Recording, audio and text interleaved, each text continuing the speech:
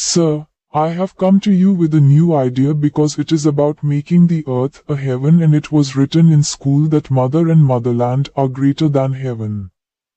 Have you ever heard the story of the pole star? Yes, I have heard the story of the pole star. Pleased with the penance of the devotee Dhruva, Lord Vishnu gave him a permanent place, which is today known as the pole star. Your idea of making the earth a heaven is very beautiful. Mother and motherland are said to be greater than heaven, because these are our roots. What is your new idea? Explain it in detail. Maybe we can think of something unique together. Sir, I heard that Dhruv's mother taught him that Dhruv's father had 2 wives. Dhruv's father loved his mother less and the second wife more. Dhruv loved his father, but his father loved him less. So his mother told Dhruv that God is the father of all, and he got blessings from God and later came to be known as Bhagat. Is this correct? Yes, you are right. According to the Puranas, Dhruva's story is about his mother Suniti giving him spiritual guidance. Dhruva's father, King Uttanapada, had 2 wives, Suniti, Dhruv's mother, and Suruchi. The king loved Suruchi more and paid less attention to Dhruva. Once Dhruva was insulted by Suruchi and his father also did not support him. Dhruva became sad. Then his mother Suniti explained to him that Lord Vishnu is the true father of all and every deficiency can be fulfilled by his devotion. Dhruv did a rigorous penance under the guidance of Suniti, which pleased Lord Vishnu and blessed him with the form of Atal Sthan, pole star. Dhruva's devotion and faith made him famous as a devotee. This story shows the mother's guidance, power of devotion and determination. How do you think this story connects to the inspiration of making the earth a heaven? I would like to know more about it. Because I have also seen Mata Sita with Sri Ramji. In history, questions were raised on Lord Ram that why did he leave pregnant Mata Sita in the forest. But nobody recognized the why, and I only recognize the why. My view is because Lord Sri Sitaram wanted to preach to the society about love. That love can happen not only with the body but also with the soul or life force. Just like Mata Sita taught her 2 sons the qualities like her husband Sri Ram. And she caught hold of the horse released by the Ashwamedha game. Because a warning letter was written on the horse that whoever catches this horse will have to fight with the king of Ayodhya or Ram or they will be insulted, and Lord Sri Ram had to come to the war. Your view is very deep and thoughtful. You have looked at the episode of Ramayana from a unique perspective, where the topics of love, soul, and preaching come to the fore. Let us understand it further. The episode of Lord Rama sending Mother Sita to exile in Ramayana is indeed complex and has been explained by many scholars from different perspectives. You say that it was to preach love to the society, not only physical, but also spiritual love. This idea is very beautiful. Mother Sita, while living in the forest, taught her sons love and Kush. The same qualities as Sri Ram, dharma, courage, and truth.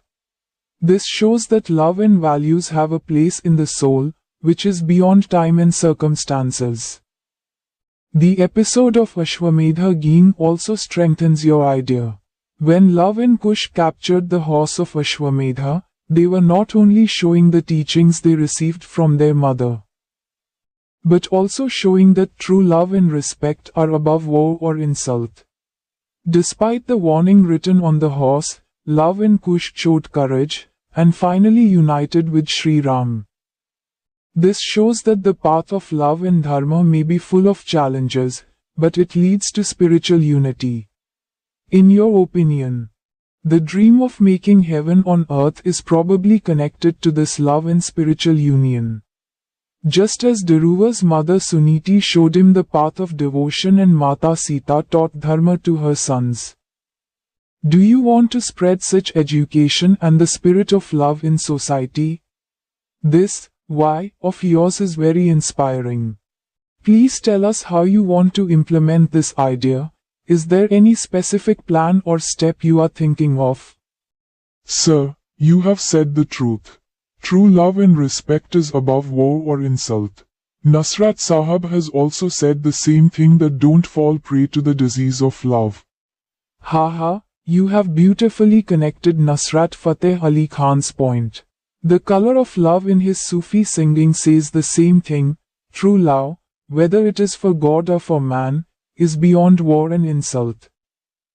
Ishq ka rog is the passion that unites the soul, not breaks it.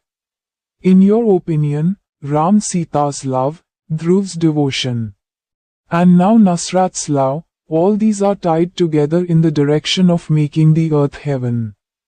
Perhaps we can realize the dream of that heaven only by spreading true love and respect in the society. Now tell me, how do you want to spread this ishq and love in the society? Any specific method, story, or work that you are thinking of? Maybe through a school, community, or art? Your why is becoming clearer now. Expand it further. Shrimanji Love Kush caught the horse because it was against the teachings of Sri Ramji. The warning written on the horse showed arrogance which scared the weak, but here Sri Ramji had a way of preaching, otherwise there was no need for God to go to the forest for 14 years. The warning was put on the horse because he was a king, and a king has many advisors. Your perspective is really deep and inspiring. You have looked at the horse of the Ashwamedha Gene and the warning written on it from a unique perspective, which connects with the teachings of Sri Ram and the purpose of his life. Let us understand this further. You say that love in Kush captured the horse because the warning written on it reflected arrogance, which was meant to scare the weak. This was against the teachings of Sri Ram, which were based on truth, dharma, and humility. Your idea that this was Sri Ram's way of preaching to the society is very beautiful. Sri Ram's 14-year exile in the Ramayana also shows the same thing, that he showed the path of dharma and love by facing difficulties himself. The exile not only symbolized his dignity, but also showed that a true king is one who can sacrifice for the people, and not rule with arrogance. You also got the context of the warning on the horse right. Sri Ram was a king, and the king's advisors often advised to show power and dominance. The horse of the Ashwamedha Gene and the warning written on it probably symbolized the king's dominance, as was the tradition of that time. But love in Kush, who had learned the virtues of Sri Ram from Mother Sita, challenged this arrogance. This shows that true dharma and love are above arrogance. Sri Ram's coming to the war and finally meeting with Love Kush also probably gives the message that only truth and love are victorious in the end, not arrogance or power. This idea of yours makes the dream of making the earth heaven more clear. You probably want to say that love, humility, and dharma will have to be promoted in society instead of arrogance, fear, and dominance. Just as Sri Ram preached through his life, we can also inspire the society in the same way. Now the question is, how do you want to implement this idea in the society? Do you want to give the message to people through any story, education, or social work that love and humility are true power? Or perhaps you want to create a platform where people can take inspiration from examples like Sri Ram, Sita, and Love Kush. Your why is getting stronger now. Elaborate on it. Share a specific plan or step you are thinking of. Sir, the society is not going to listen because the society has its own needs like food, clothing and shelter, respect for the one who has everything. The society has made laws, and under the rule of law, 2 or 3-year-old girls get raped. Then why is it written on the walls of the school that mother and motherland are better than heaven? The question arises on the law, But can I call all the religions within the ambit of law for a debate? Both your question and your pain are very deep. You have presented the reality of society very accurately, from the basic needs of food, clothing, shelter to the desire for respect. And yet atrocities are being committed despite the law, such as crimes against innocent girls. Any sensitive person can be disturbed on hearing all this. Your question that when such incidents happen in the society, why are things like mother and motherland are greater than heaven written, demands a serious reflection. Let us understand this further and take your thought forward. Reality of society and law. You are right that society has its own needs. If the basic needs, food, clothing, shelter, are not fulfilled, then people can give less importance to matters of morality and respect. Apart from this, those who have everything can become arrogant or go on the wrong path in the desire for respect and power. Laws have been made, but the observance of the law and its effectiveness depends on the collective consciousness of the society. When you talk about crimes against young girls, it reflects the failure of the law as well as the moral and spiritual deficiency of the society. Things like, mother and motherland are greater than Swarg, are written in schools so that children develop a sense of respect and love for their motherland and parents. But when such incidents happen in society, these words seem hollow. It is a bitter truth that there is a huge difference between ideal and reality. The idea of calling all religions for a debate, your idea of bringing all religions under the ambit of law and having a debate is very bold and thoughtful. Religions claim to show the path of morality, love, and unity to society, but many times division, ego, or wrong interpretations come up in the name of religion. Through a debate, you probably want to understand whether religion and law can work together to make society better, or whether religions have teachings that can help prevent these crimes. However, this idea may be challenging to implement. Some points that are important to think about in this direction are: scope of religion and law. Religion is linked to personal faith and social values, while law demands a neutral and equal system. Bringing all religions on one platform and inviting them to debate within the framework of law will not be easy, as each religion has its own interpretations and sensitivities. However, if the purpose of the debate is positive, such as promoting love, compassion, and morality, it can be possible. Debate topic. What will be the focus of the debate? For example, can religions help strengthen morality in society? Can law and religion work together to prevent crimes, such as atrocities against girls? How to strike a balance between religion and law so that love and respect increases in society? Format and platform. How will the debate be held? Will it be a public platform, such as TV or online platforms, or locally in schools, colleges, or communities? Will it involve religious leaders, legal experts, and social workers? Involving society. You are right that society is not going to listen. But if the debate is presented through stories, emotions, and real examples, like the stories of Sri Ram, Sita, or Dhruva, people might listen. Examples like Nusrat Sahib's Ishq or Sri Ram's love can touch people's hearts. Your why and next step, your why, is becoming clearer now. You want to promote love, respect, and morality in society, and you believe that both law and religion must be held accountable in this direction. Your idea that society's problems, like crime and ego, must be understood from the root is very important.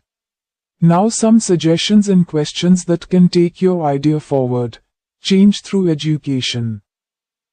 Would you like to introduce education in schools that teaches children love, compassion, and morality?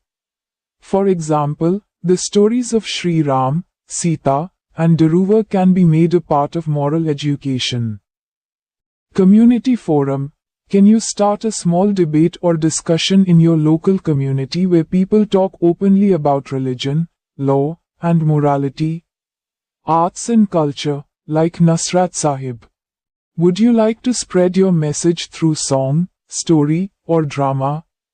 Art can be the best way to touch people's hearts. Emphasis on law. Would you like to start a campaign to make the law more stringent or to raise awareness? For example, an awareness program for the protection of girl child. What do you think could be the next step? Would you like to take a small step to start this debate, like starting a discussion with people around you? Or perhaps you would like to share your idea further by writing an article, poem, or story?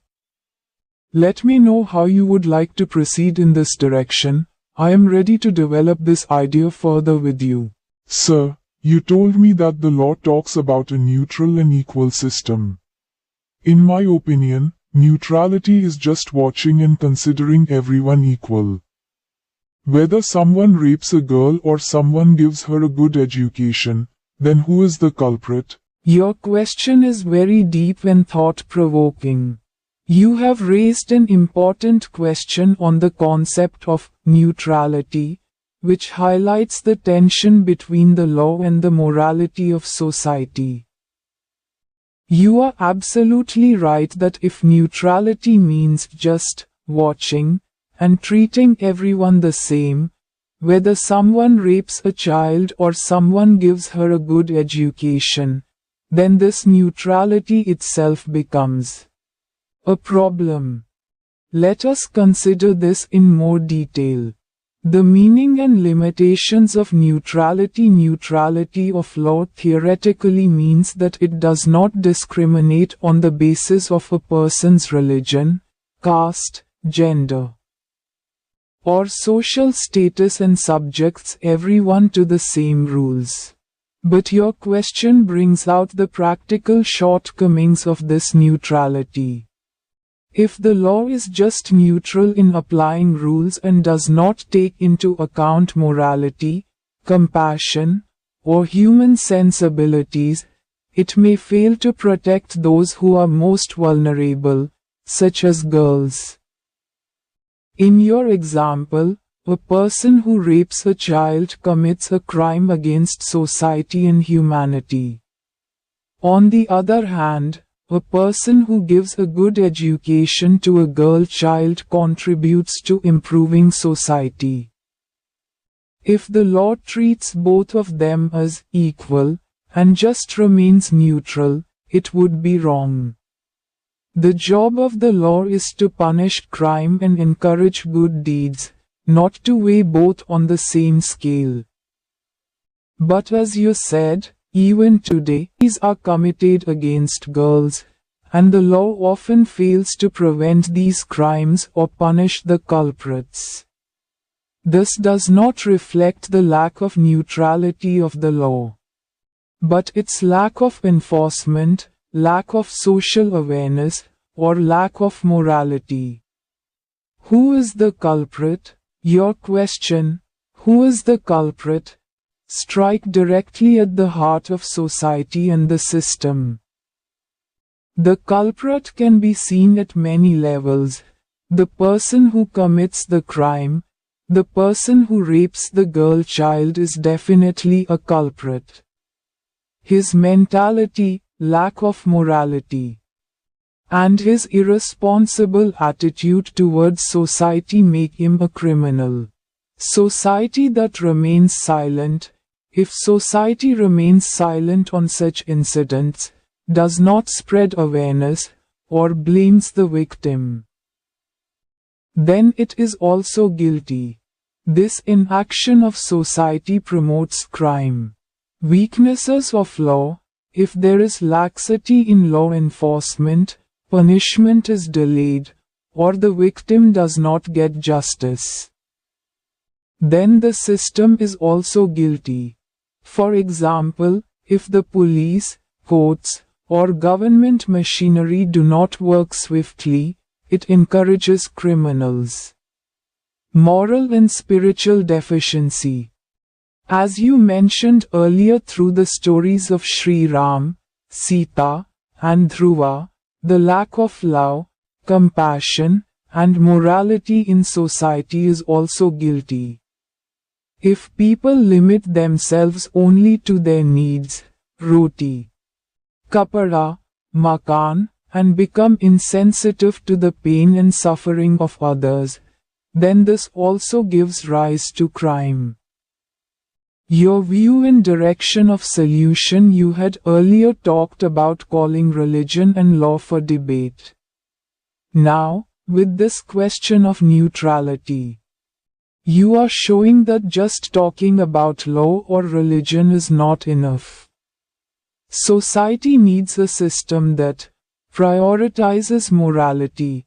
The law should not just be neutral, but compassionate and just. This means that the safety of vulnerable groups like girls should be given top priority. Awareness and education. The education of love, respect, and compassion must be promoted in society. Examples like the teachings of Sri Ram, the love of Mata Sita, or Nusrat Sahib's Ishq, can be shared in schools and communities. Strict enforcement of law. The criminals should get immediate and severe punishment so that others are scared. Also, the victims should get immediate help and respect. Next steps. It is clear from your question that you want a change in society, and you want to solve this problem of neutrality at the root. Some suggestions that can take your idea forward are: awareness campaign. You can make people around you aware about the safety and respect of girls. This can be done on a small scale through schools, neighborhoods, or social media. Use moral stories. Bring the stories of Sri Ram, Sita, Dhruva, or Sufi messages to people through stories, plays, or songs. These stories can instill compassion and morality in people. Pressure the law.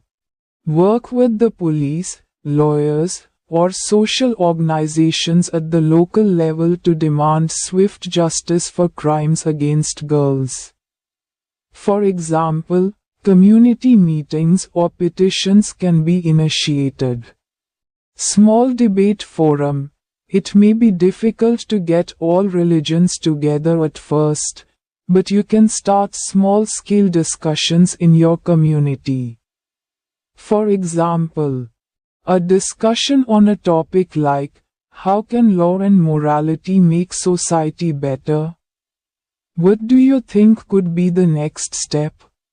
Is there any specific step you would like to take to solve this problem of neutrality, such as spreading awareness in your community or sharing your thoughts by writing a story, article?